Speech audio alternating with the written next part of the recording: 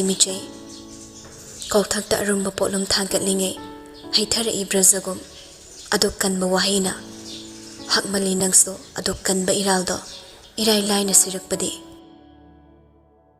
ꯋꯥꯍꯪ ꯑꯃꯠꯇꯁꯨ ꯍꯪꯂꯗꯦ ꯃꯔꯥꯜ ꯈꯛꯇꯃꯛ ꯁꯤꯕꯤꯔꯛꯂꯦ ꯍꯪꯍꯟꯅꯤꯡꯕꯅꯤ ꯅꯪꯕꯨ ꯌꯥꯝꯅ ꯋꯥꯔꯕ꯭ꯔꯥ ꯈꯜꯂꯨꯕꯅꯤ ꯋꯥꯍꯪꯁꯤꯃꯗꯤ ꯇꯥꯔꯛꯀꯅꯤ ꯅꯪꯒꯤ ꯀꯔꯤ ꯑꯋꯥꯠꯄ ꯂꯩꯔꯤ ꯁꯤꯃꯗꯤ ꯑꯩꯉꯣꯟꯗ ꯍꯥꯏꯔꯝꯃꯣ ꯂꯣꯏꯅꯃꯛ ꯅꯠꯇ꯭ꯔꯕꯁꯨ ꯑꯩꯅ ꯉꯝꯕ ꯈꯔꯗꯤ ꯅꯪꯒꯤꯗꯃꯛꯇ ꯄꯥꯡꯂꯝꯒꯦ ꯅꯪꯒꯤ ꯑꯋꯥꯠꯄ ꯈꯔꯇꯪ ꯑꯣꯏꯔꯁꯨ ꯃꯦꯟꯁꯤꯜꯂꯝꯒꯦ ꯄꯤꯔꯥꯡ ꯁꯤꯟꯊꯔꯛꯅꯕ ꯃꯔꯝ ꯑꯃ ꯑꯣꯏꯔꯕꯁꯨ ꯃꯥꯒꯤ ꯋꯥꯍꯪꯗꯨꯅ ꯁꯤꯟꯊꯍꯜꯂꯛꯂꯕꯁꯨ ꯄꯨꯛꯅꯤꯡ ꯅꯨꯡꯁꯤꯕꯒꯤ ꯄꯤꯔꯥꯡ ꯑꯗꯨꯕꯨ ꯃꯍꯧꯁꯥꯒꯨꯝ ꯉꯁꯤꯁꯨ ꯁꯤꯕꯤꯔꯛꯂꯦ ꯃꯐꯝꯗ ꯑꯆꯧꯕ ꯃꯔꯥꯜ ꯑꯃ ꯇꯥꯍꯟꯗꯧꯔꯤꯕ꯭ꯔꯥ ꯏꯃꯨꯡ ꯊꯨꯒꯥꯏꯕꯤ ꯂꯣꯅꯕꯤ ꯍꯥꯟꯅꯗꯒꯤꯁꯨ ꯍꯧꯅ ꯏꯃꯨꯡ ꯃꯍꯤ ꯂꯥꯡꯍꯟꯕꯤ ꯑꯣꯏꯗꯨꯅ ꯂꯥꯛꯈꯤ ꯆꯍꯤ ꯀꯌꯥ ꯃꯥꯅꯤ ꯆꯍꯤ ꯌꯥꯝꯅ ꯌꯥꯝꯈ꯭ꯔꯦ ꯐꯤꯔꯦꯞ ꯑꯃꯗꯤ ꯇꯌꯥꯡ ꯃꯈꯥ ꯇꯥꯔꯛꯂꯤ ꯃꯤꯆꯩꯗꯣ ꯀꯔꯤꯒꯨꯝꯕ ꯃꯥꯅ ꯄꯨꯝꯅꯃꯛ ꯈꯪꯈ꯭ꯔꯒ ꯀꯔꯤ ꯑꯣꯏꯅꯤ ꯍꯥꯏꯕ ꯅꯪ ꯀꯩꯝꯇ ꯈꯟꯕ ꯉꯝꯗꯕ꯭ꯔꯥ ꯃꯥꯗꯤ ꯀꯩꯝꯇ ꯈꯪꯖꯗꯕꯅꯤꯅ ꯑꯉꯥꯡ ꯃꯄꯥ ꯑꯃꯒꯤ ꯅꯪꯉꯣꯟꯗꯒꯤ ꯃꯇꯦꯡ ꯅꯤꯕꯅꯤ ꯑꯗꯨꯕꯨ ꯅꯪꯗꯤ ꯈꯪꯉꯤꯕ ꯅꯠꯇ꯭ꯔꯥ ꯅꯪꯅ ꯃꯇꯦꯡ ꯄꯥꯡꯕ ꯌꯥꯗꯕ ꯏꯃꯨꯡꯅꯤ ꯍꯥꯏꯕ ꯑꯩꯅ ꯍꯧꯈꯤꯕ ꯄꯨꯝꯅꯃꯛ ꯀꯥꯎꯊꯣꯛꯂꯒ ꯏꯆꯝ ꯆꯝꯊꯣꯛꯅ ꯅꯪꯕꯨ ꯀꯧꯒꯦ ꯉꯥꯡꯒꯦ ꯈꯟꯕꯅꯤ ꯑꯇꯣꯞꯄ ꯏꯟꯇꯦꯟꯁꯟ ꯑꯃꯠꯇ ꯑꯩꯉꯣꯟꯗ ꯂꯩꯇꯦ You know what? Your beautiful eyes cannot freeze my heart and your beautiful body cannot melt at my heart.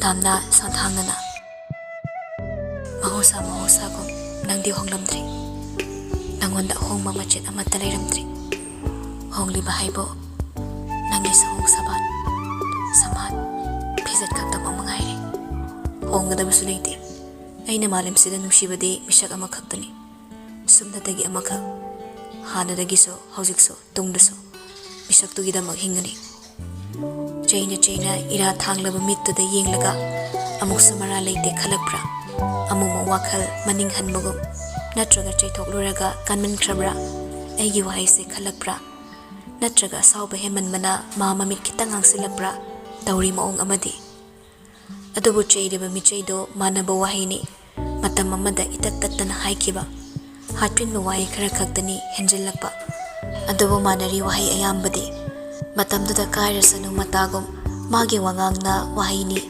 hanjin thugaibiki ngasisu sainado tahaunana phaurakle lonthokta masagi wahi ama phauba haiba ngamjada tatu lekhibani saidang matam khara khakki adubu ngasidi machin khumlei Can you stop this nonsense nangege bukari mari leinari bage aidi nangi nanaktagi lapthorakkiba numittudagi nangegi mari loinadribra karigi loinadaba mari amagum hojiksu khanbano aidi nangse phirepani khanna nangi nanak naksanaba yakiba natte ai hojik sel yam maru oi aduna aisu phirepsa lorakpani nangi wakhalduna mangsabana nangna pakhanda khanjabani nangi amangma wakhalduna maram oiraga ngasisu nangi michaida adumak tari aidi phirepama tamnagi pakhum pamdi thajaba ngamde aduna hena dum soundinglei oidaba nam thak tobini khale nongmatasu tamnagi chimbadagi thorak bawai ama phawba nungsina taba hai kidraba phirepa ngasisu soundingba khaknatana atopa mami ama phawtada tamnana su taram loi khangi wangang yek tobaga tama kaurakpaduda phirepama ikhang khangna salai thorakpada suru terrace ki thong machadagi manakta leplaga leirammi masu phone du sarkak thalaga onsilai gam changsilai office ki kolam la amba aduge ai somda thorakpani nangna tumbada langnindraba adubu ke dorage ka manungda dum sarasu yabaduba loiraba sanaba loire changase haiduna phirepa mang tharaga gam thuna changkre suru khara dingakpa phawi karigi phirepa na kodo satka khibano kayam luba ma khanganingdaba thabakki matangi warino dubu ma fattabaromda ka hinadi khanjilamde fattaba tawgadaba phirepa nattabanina asuk sangna lerakpasida fan oiduna so relationship ta respect piduna lakpa phirepani mathangi numini boriso night duty loiraga ayuk mayumda halakpado pung 9 tagadawre yum manungda gamba makhong yamna thuna thanglaga changi yumyaida phamlamba mamana macha halakpada kawi Boris imaga warimta sanasi sida ngakta phamula ngasaidagi nang halakpa ngairamni ni ima Boris makutna sign tawraga ngai khwairami. Adubu amubina changa khoyadaba machada sauraga. Hai, mina wa amata tanase hairadi kokla udana. Nayado kari umige ha. Sanaga umaga halakli bro. Ha, sanaga umbraba. Ho brush tawdubi halakwa aduini ima. Sanabu yada kana umnage. Sanada chopadi nupi noi khaktani. Sana pamadi. Nupai khodi sana biscuit ama sorok taramasune khutlakadawa minati. Maida. Atuk thengla pau brush tawdana halakli banine.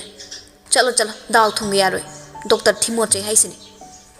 Mathau leitana puransu phakpiraklaga aibu Timoche kaina. Ima, hauji I karaktana halau kamsiladi wan thaungya dwaida. Haima ima, masi angang sidiba. Kari sawno khangdi nupi marai mi hile. Sango nasaktu yeningdre. Boris kada ka khatre kokila suma palom dagi walking halaklaga changakpani. Amubini sawlangam baduda onsinduna cheri. Ayuk sida kari amuk tawraba. Chonga sadana ngenga khongamisina. Nupi noigi nongmugi saw nghaktang khak oraso langhaudradi leifam khangdabi phibam do tawnune. Nupai khodi khangba yam ware. Khangba yam waragana ole som yam leibani leibi khro. Tha gi sing hawai khra thilake. Aikhodi saw khra langki dawri. Dihe kalli phau ya nusi satri phau isaw khra kan ki dawri. Mathong maram amatta khangda mari suksam samnadaba makha mung tarakli nupi gi hongnabi. Isudo amatang leisaramnabadi kayada nungaini. Amasu paglai laitui. Amane nupi thiwa yadi. Ipap chelabanina nungaire. Migina masu papok ta pokne. Aikhoigina ama phau he pokpa ngamde. Aiwa yang ngangningdre. Patha phambu leibra sidabu kanana langning doriba isawno. Kokila mamong ta khadi nungairoi khanmana. Hey, chei lakani. Sabeng wa yang nganganu ko. Adugi saruk namogi shooting lei haibani cha khara ngallo hayo angangsingda. Amu bidi amuki hena saurakre. Shooting haidana tawraga lei. Angang ama yawnaba mapalamna chatlaga yengi su khande. Aine ko pele haibasini.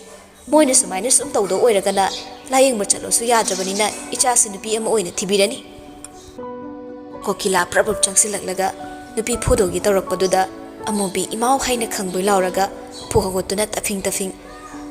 As aina pangang basida moi pabung sidi berani. Hairaga kira male chakhomlom do grongong changki. Kokila su makha taramda sofa da famlaga TV amung thakre. Makal thaduna nungaiba channel thiri. Somdaso tamna mayum da halakle. Mana pamliba thabaksimadi yadobagi mami udre.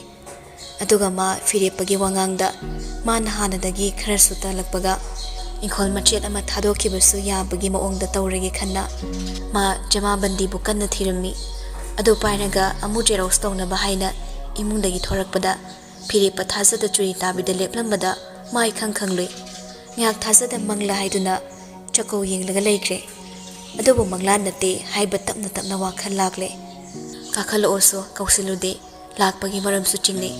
Asum leiringai cherekta firepana warim sase sida nungai tragana mafam amada chase nangna chase na hairaga ai nekta chatkadaba nate haining mawangarang na hairakre amuk ngangbada ai baptai aina sumakha tara khidre haina lekhai taba pakhuma mapamnabadi ai khongpam handokle nangina tengloraroi aina pairi bache se ingkholgi patani bandan thammaga imala yengdoribani nangyam thu chatkro mapam sida nangi phida leite nangi sana ko nungumba sangai duda aigi fida leitabagum aigi khangpok samsidaso nangi fida leite phirepa maso asuk yakpa waise aing basur amada maboi kaiba piduna cherekani khallude nongmata magi mathakta chinkhum bangam khidraba tamnani tamnana mangonda chinkhum khidabado phirepa made tamnana lanbada khumdabani khanmani adobo adogi natte adogi oide nungsibagi mana chintha khum bangam khidabani mangonda mabu nungsiramnabagi tanja pikibani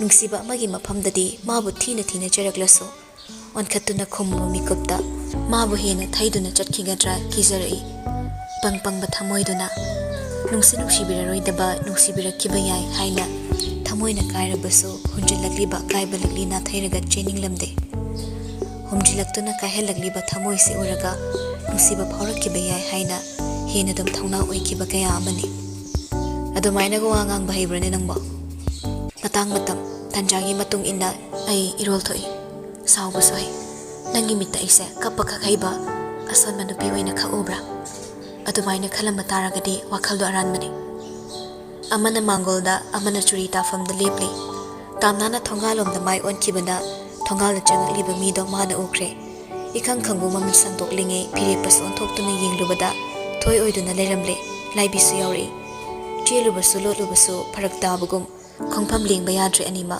yausilakle thoiga laibigaso phire pu ubada ngakna phire pa momondogle aina hana chatuna mangona request toromani kanam leiti harakpa aduda I tom takhak lakpanina sumlepna lepna wari sanare thoi phire pagi wahai dharause tamnana su lakliba mi singdo mangolda kokhali kakhatpiro ngaktang phamkise lakliba mi singdo harau harau kakhalaklaga mangolgi mataida thariba fanduda famthanai ni tana famnarabatong laibina sumairi tamna nanga fazana wari sanagena aikhoi laklibani tamna fandugi mataida lepli wayamda hongbadi tare aise aibulana khanbino atopa puchil chawga misak ama oina thibiro aigi selgi achinbadudi aina ngamnaba atopa pambay ama thizare hasiki matamda maru aina aikhoigi lamdamsida saroget mama uma oiba haibase yamna noknarakani thoi ngarang aina ngonda haikibaduni confirm khudakta taba ngamjadi ai wakal hongakpasu yai haina laibina yanaba themlei adumna haibino aikhoyu pai malaitre mama ama oiba sungam ngamaroi haibasina maram oiraga aina nangi nafamdagi mating salogi khankhre nangi awabaduso aikhoi kokhanjage aikhoigi awabasiso nangna kokhanbiyo nupi ama oina somsu soidina mama oiba ngamdabagi awabase khangbirakkanina yamna thazana mafamsida lakpani atopa ama thiraso aikhoi songumna phaba misak ama thingnani thazadre ado aikhoina somse yam thuna just tawbadi nachade thoiga solu natine haibasida aikhoina sombu thazajai ngasigi motlaba khunai sida asengma misak thiba araiba nante phire pangara ngang thokiba wadugi taina onabada sumaire aikhoigi request se somna khra yabiyo aigi loina bido magi sakri loiba nairaroi ngarangna ama ngasina ama karamba wabuno singna pamduna hairakliba adubudi oiramgani khangi tamna ma masana direct oina reject toroklo haiduna mangon isilakpa malai tamna phire pamana asumna haida honaraklabasi ma pamloi tamna se adubo masu pambai lekhidabani haiba ukre tamna naso laibi makki sakri makne griri taktuna mateng hazin nirakle laibina nang hana sungang thokraba wani nang nangarang hairakkiba wafamduna maram oiraga yam thuna process tawnabasu sem sarabani mamaduna so haraubada loi horabani sida nangna atopa wa ama mungangakpadi nangsu phatmande nangi account su sel hakrubani khara tamnana please yaragati aingonda pressure amta bibiraklano lengbikro ai wakhala topa mohongzari mamangda ina soikiba yarso ai la laizari noina kapakba sel duma ai kapthokjaraklage haiduna mana pairiba phone dudagi sel machit khra kapakpado amuk handuna kapthokre aduga amo asumna mayam yubiro aibu ngakpiyo ai thabaksu khara leiri laibi phire pada haifet yengi aduga thoida chatnase haina makhata taklugum se haina ingit pirakle thoisu tamna da haifet yenglaga phare tamna nangya pam dada kanamtana kaisu first story da phazana leiro sina si oikhraga nang imagi ani problem leraso aingonda di hairo ko hairam laga thoiga laibiga so hagwanarak laga hankre phire pasu handa yenglamda thokre thongalomda nupi ani duga tungda mangda tamna su ngya ngaire chatkiba singduna thongal yauduna gari thodokkiba ma wakhal amana masadu phajin pursin bagum phungbang na halabani ngak wakhal amada lepambaduso magi mod matha ma sabinaba mi leitabana thabak thintaba chumde khanna jamabandi dupairaga leklakagi bandam lawba sel sandokpa hal maitei manau ani dugi yumda laklami nakpani na makhongna tum chatlabani lakpana yorakle thongal duso gate khaje khak hanglambado makhut namana khara laungna inthoklaga yum manunda changakle tree tabida lepna ine mama nupi ahalama thoraklaga kanano hangdringe tamna oirambada nokmi heima nang oire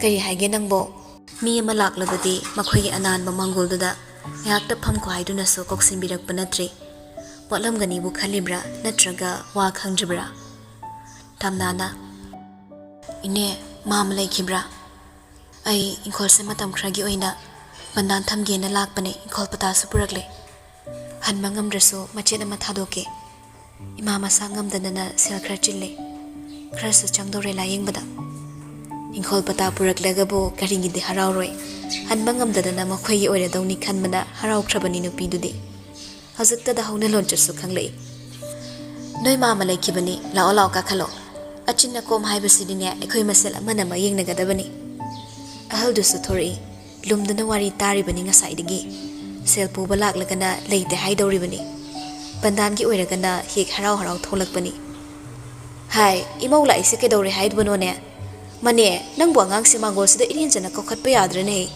on tho ida nang sidi tamna da amo nokmi pukchel chawba saraga bema law law ai su nang ima do nari na ngak tang khak hangbiru sirana khalamni bani nang mama gi thabak sida wa khangdaba dum tarabani hai lair badana hekta lai chang bani ne kaimte khaluno angang amgam bo honaraga loire kaya sili hekta hayu mama na pi dori bani selgi matha ga kari mata sarono tamna mangol de sendal thanam laga ka khalak padu so halduna hai thamunu adum yaujasano ka khalo asum na hairabaso ma sendal do thanam laga ka khalak tuna sofa da changsilaga wai sang na phamtharak laga mama lag ani hana pibiba yaga doira sel se khara yamna chana do mali hospital gi charge makne kamaina haiga doino aiso haipam khangre doctor na so khutta han ba saruk se lag ama mukti payo na hairi operation tawdaba yaroi tawragana 80000 muksu changni hairi si loiraga so makha tabada khras adum changak kidaw mali ai be manang sel do hayeng ayu oina lawro ngasi se mama da lag ani phadraba ama khakting leiba ai hosi bank chalurage aduga ne withdraw tawrage horen oirasu nang hak ai gi nak tek law pata du di thanamasu yare pramna hal du da pata du pirakle aduga mas hogolakle hoi mama ado ai so mu yaukrage ado mama soidi soibirano sel se leire haina lawrage sel do machi lawbasu nungaitre hojikidi khra leiri ai horen nungthilla natragana ayukla malak lage hal nu pi du na oina hoida noi mama na ne soidana mai tawjanida so chathoro karimte he khalunu mausidi anaba tu tang pharaga loire sel sidi hayeng kona talasu yaida tamna khitang mai thongmo monaraga pakhum piramle chimbal makti kanglam khidre man chatkibado hal ani duna gelan thokibado phaw mangol dagi yenghori magi nupina nungai tine tawrise laire bada lai heksangi nupa duna hai apangbi laire bada lai sangbugini nangai na ngasi phajaraba yumba masaraga nangna nungai na leiba phangjari bado sel pai bada na ba yawrdi seloi kabi puge sana thamge ikol pata thamge haidana la amgadro adunani aidi thamoi pi haining haizo laire bada lai sangu sidan aina haidori buse haima adu sa chumini he adu bu hekta nungai raktaba hai sak thong do ro beng kan ta sat ke ko pungmu fana thenglam nani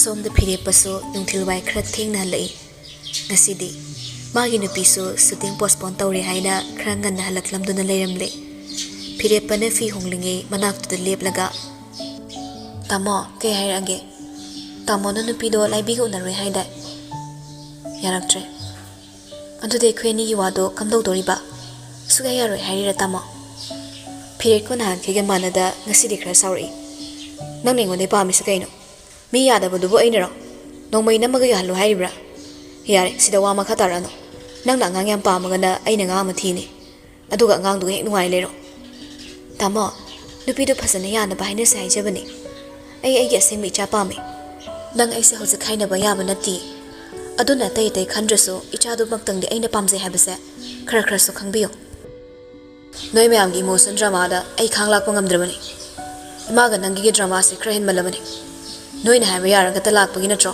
ngasi phawba noi nei ngoda sum henjela ise Yare di yare, makatarano. Ay na hen bawa heragladi nang sunamita gina pita ke herakani. Piri ba kharasi da kharasi pen thokpa tamu. Henman kre kharasu. Hairam duna phirepa ko du khak lok thoklaga yum da gi amuk sauna thokre. Suru du taina fam su khangda matom ta prok chak tu na ira thang na le phori. Tamna si yum da hausik mai da halakle. Mama gi manak ta so ngyak lai thoklure. Yum gi thaba inkhang ga loisalamda ma halak pagaya sanglak panang dringe sel du la horuna bahaina ahal du gi manak ta amuk chelakle. Ta ta ya changak paga matam didi oibo iraglabani. Gate hangduna changak paga tamna imung da onsilaga ahalani do kawi. Mama, ine. Ahal nupa du thorai. Ibema nang la ibra. Mama, aigi sa hayang puba yadoira. Hayang sel se du porse tawgadabani. Ay su yani na haidok lamle. Ahal du makhwang metlaga mai thangfam lay ta koy lay. Mataw du tamna chingnaba phawrani. Ngay ngamdana hangi. Mama, kay daw ba yaurage? Kasi nangagtraba. Hayang krangana orasu yani. Ibema, nang saurano. Sel do pun na longge na imanaba amana lupa lak tra mga ngorok ngong na pukre. Nang mama da saurano. Nang atopa miyengoro. Ay sulu na tinaba kaubani na hek pida baso ngam kidre. Ingkol patase sida leirase. Haido na ma churi tapita kumtharak laga patado tamna da pirakle. Tamna patado de makun na pairi haibabo ma haldo da pakhat kong yeng laga leikre. Aday amuk yamna thuna makutu sulo naraga. Mama da se leitraso kanagum namda tawraga mama na muk tangbiyo ba? Anak pasidati mama da gihina suk yamba sel se hangingai leitre. Imagi operation do hangchit phok da ngai biu ay haisaruki. Mama da simta di simbiyo ba? Hey, tawhidi adum na tawgana. Mama su pai leikidre. Ibema nang saurano. Atopa ma yenguro. Mama su ne atopa da hangbige. Ado nang nasana thizaba na di fagani ko nang mama da warawgano. Haiduna haldo makha kuina taramda imung da sumdring sangkre. Tamna su ngayak imung changki ba haldo da upai leita yenglam laga. Tapna mamay leiduna yumda da gi thoragle. Lambi sana mamang mangle. Asuk yamba selse karai da gi hangsige kanna lai. Mayum tamna. Yum yoraga wakal tapna kallagi haiba wakal sana. Ngayak to gi pakat pado nemthana buwanay. Adubo mama tamna di leirak trabanina. Masado may paibana atum henjilagle. Masa niklubani. Asuk tin ma matam sida karai da gino mana sel pupam tiga tawriba. Mikup sida di lai da su hik warawragle. Asuk sathi na yengsile haiduna. Yachang lakpa matam ga oibaga mi amaga thainarabaso masak khanglabaso bayik singdabana mi lalat pana mahapirang dolot sindana tharakle. Thongal yoromdai maklap tu chingba ngamdabagum masak khangson son thakina makhada hik ningang pamthai. Mapido tap tane kapi. Second kra adum na leiramlaga phok hawalakpada nakna lepna ma phirepagi subadu tamna gi kokna khanglo hek lokhi. Phirepas haiduna mamai mamit ushilaga China khangi. Tamna suma pokni nushirambaga pumang himangki. Phirepada yengakpaga phirepana suktuna cheri. Namai namik tak yekta adana nangama